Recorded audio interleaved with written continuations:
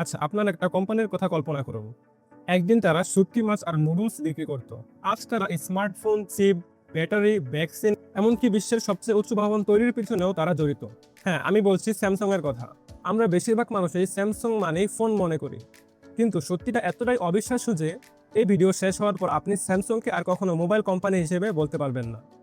আজকে আমরা জানবো স্যামসাং এর 5টি অবিশ্বাস্য বাস্তব গল্প, যেগুলো শুনলে আপনার কাছে মনে হবে যেন একটা সিনেমা চলছে। তো চলুন শুরু করি। সালটা ছিল 1938 সাল। দক্ষিণ কোরিয়া তখন আজকের মতো এত উন্নত ছিল না। দারিদ্র্য, রাজনৈতিক অস্থিরতা, সীমিত শিল্প সব মিলিয়ে এক কঠিন সময় পার করছিল দক্ষিণ কোরিয়া। এই সময় একজন তরুণ ব্যবসায়ী, তার নামটি ছিল লি বাইং-চুল, মাত্র 40 জন কর্মচারী নিয়ে তিনি একটি ব্যবসা তৈরি করলেন। তখন তারা তাদের প্রতিষ্ঠানটির নাম দেন স্যামসাং। এখন প্রশ্ন হলো, তারা ওই সময় কি বিক্রি করত? না ফোন, না টিভি, না কোনো প্রকার ইলেকট্রনিক জিনিসপত্র। তারা বিক্রি করত আটা, নুডলস এবং শুটকি মাছ। এই পণ্যগুলি তারা চীন এবং মাঞ্চুরিয়া প্রদেশে রপ্তানি করত। ভাবুন তো, আজ যে কোম্পানি বিলিয়ন ডলারের স্মার্টফোন বিক্রি করে, তার শুরুটা হয়েছিল শুটকি মাছের ব্যবসা দিয়ে। এখানে গল্পটা আরও ইন্টারেস্টিং। লি বাইং-চুল তখন শুধু ব্যবসা করতেন না, তিনি একটা বিষয় খুব ভালো করেই বুঝতে পারতেন যে বাজার যে কোনো সময় বদলাবে। তাই তাকে আগে থেকে সেটি ধরতে হবে। তাই তিনি ধীরে ধীরে তার ব্যবসাটা আরও বাড়ালেন। খাদ্য, টেক্সটাইল, বিমা, ট্রেডিং, তারপর সবশেষে তারা ইলেকট্রনিক্সের দিকে আগালেন। এবং সর্বশেষে তারা 1969 সালে স্যামসাং ইলেকট্রনিক্স প্রতিষ্ঠা করলেন।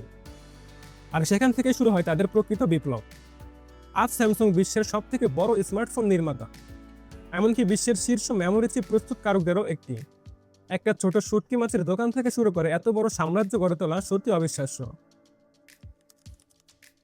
দুবাইয়ের বুর্জ খলিফা দেখলে আমাদের কাছে মনে হয় এটা মানুষের তৈরি শৈল্পিক এক সৌন্দর্যের স্থাপত্য। এর উচ্চতা প্রায় 828 মিটার এবং 160টিরও বেশি তলা রয়েছে এই ভবনে। কিন্তু খুব কম মানুষই জানে এই বিশাল ভবন নির্মাণের পেছনে গুরুত্বপূর্ণ ভূমিকা রয়েছিল স্যামসাং এর। হ্যাঁ, সেই স্যামসাং। স্যামসাং এর একটি আলাদা বিভাগ রয়েছে, যার নাম হলো স্যামসাং C&T, যার ফুল মিনিং হলো কনস্ট্রাকশন অ্যান্ড ট্রেডিং।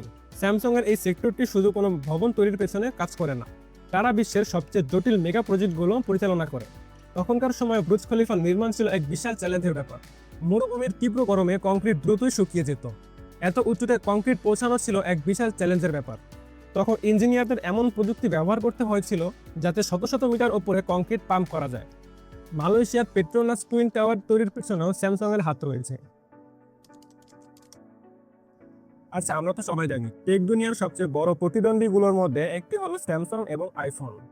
বছরের পর বছর তারা একে অপরকে কোর্টে টেনেছে, পেটেন্ট নিয়ে লড়াই করেছে, এমনকি তারা একে অপরের বিজ্ঞাপন নিয়েও খোঁচা দিয়েছে। বাইরের থেকে দেখলেই মনে হয় তারা যেন একে অপরকে সহ্যই করতে পারে না, কিন্তু পর্দার পেছনের সত্যটা অনেক বেশি ইন্টারেস্টিং। আপনার হাতে যে আইফোনটি রয়েছে তার বেশিরভাগ গুরুত্বপূর্ণ জিনিসই তৈরি করে স্যামসাং। বিশেষ করে ডিসপ্লে, ফ্ল্যাশ স্টোরেজ, এমনকি মেমোরি পর্যন্ত স্যামসাং তৈরি করে থাকে। একটা প্রিমিয়াম আইফোনের ডিসপ্লে তৈরির ক্ষেত্রে স্যামসাং এর ডিসপ্লে বহু বছর ধরে অন্যতম প্রধান সরবরাহকারী। এর মানে কি দাঁড়ালো? অ্যাপল কোম্পানি যত বেশি আইফোন বিক্রি করবে, স্যামসাং কোম্পানি তত বেশি লাভবান হবে। এখানেই শেষ না, বিশ্বের অসংখ্য কোম্পানি তাদের চিপ তৈরি করার জন্য স্যামসাং এর ফ্যাক্টরি ব্যবহার করে থাকে। আমরা যে ফ্ল্যাগশিপ ফোনের মধ্যে স্ন্যাপড্রাগন চিপের কথা শুনতে পাই, সেগুলোও তৈরি হয় এই স্যামসাং এর ফ্যাক্টরিতে। এটা সমগ্র টেক ইন্ডাস্ট্রির একটা বড় শিক্ষা। সালটা ছিল 2020 সাল। পুরো পৃথিবী তখন থমকে গিয়েছিল। তখন মানুষ আতঙ্কে ঘরে বন্দী ছিল, সমগ্র রাস্তাঘাট বন্ধ ছিল, বিভিন্ন এয়ারলাইন্স পর্যন্ত বন্ধ ছিল। হ্যাঁ, সময়টা ছিল করোনা ভাইরাসের সময়। এই সময় বিশ্বের সবচেয়ে বড় চ্যালেঞ্জ ছিল যে কিভাবে দ্রুতই করোনার ভ্যাকসিন তৈরি করা যায়। আর এখানেই সামনে আসে স্যামসাং এর বায়োলজিক। স্যামসাং এর এই বিভাগটি বায়োটেকনোলজি এমনকি ফার্মাসিউটিক্যাল উৎপাদনে কাজ করে। তখন তারা বিখ্যাত ঔষধ কোম্পানির সাথে একটি গুরুত্বপূর্ণ চুক্তি করে। তখন দক্ষিণ কোরিয়ায় কোভিড ভ্যাকসিনের লাখ লাখ ডোজ উৎপাদন ও বোতলজাতকরণে স্যামসাং এর ফ্যাক্টরি ব্যবহৃত হয়। একবার ভাবুন তো, যে কোম্পানিকে আমরা ফোন কোম্পানি হিসেবে ভাবি, তারা আসলে এত অত্যাধুনিক বায়ো ম্যানুফ্যাকচারিং সুবিধা পরিচালনা করে, আর যেখানে তৈরি হয় জীবন রক্ষাকারী ঔষধ। স্যামসাং বায়োলজিক বিশ্বের অন্যতম সবচেয়ে বড় contract development and manufacturing organisation, অর্থাৎ এক কথা যাকে বলা যায় CDMO। মানে অনেক আন্তর্জাতিক ঔষধ কোম্পানিগুলো নিজেদের ঔষধ স্যামসাং এর কারখানায় তৈরি করায়। আর এর মাধ্যমে এটাই প্রমাণ করে যে স্যামসাং শুধু প্রযুক্তি ক্ষেত্রে নয়, স্বাস্থ্য খাতেও বিশাল ভূমিকা রেখেছে। বর্তমান পৃথিবীতে সবচেয়ে বড় প্রযুক্তিগত পরিবর্তনগুলোর মধ্যে একটি হলো ইলেকট্রিক গাড়ির বিপ্লব। আগে গাড়ির প্রাণ বলা হতো ইঞ্জিনকে, আর এখন সেই জায়গাটি দখল করে নিয়েছে ব্যাটারি, অর্থাৎ ইলেকট্রিক ব্যাটারি। আর এই ইলেকট্রিক ব্যাটারি যুদ্ধের সবচেয়ে বড় খেলোয়াড় হলো স্যামসাং এর এসডিআই। স্যামসাং এর এসডিআই এই প্রতিষ্ঠানটি তৈরি করে lithium ion battery, energy storage system, premium EV battery sell.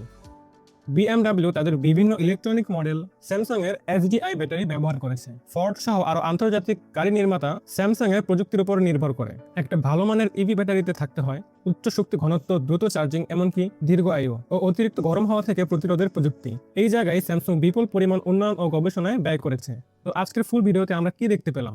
এমন একটা কোম্পানি, যে কোম্পানিটা কিনা শক্তি মাছ বিক্রি করেছে, বিশ্বের সবচেয়ে উঁচু ভবন তৈরি করেছে, এমনকি তার প্রতিদ্বন্দ্বী অ্যাপেলসকে নিজেদের পার্টস সরবরাহ করেছে, কোভিড ভ্যাকসিন উৎপাদনে সাহায্য করেছে ও সবশেষে বিশ্বের শীর্ষ ইলেকট্রিক গাড়ির জন্য ব্যাটারি তৈরি করেছে। এর দ্বারা কি বোঝায়? স্যামসাং কি শুধু একটা মোবাইল কোম্পানি?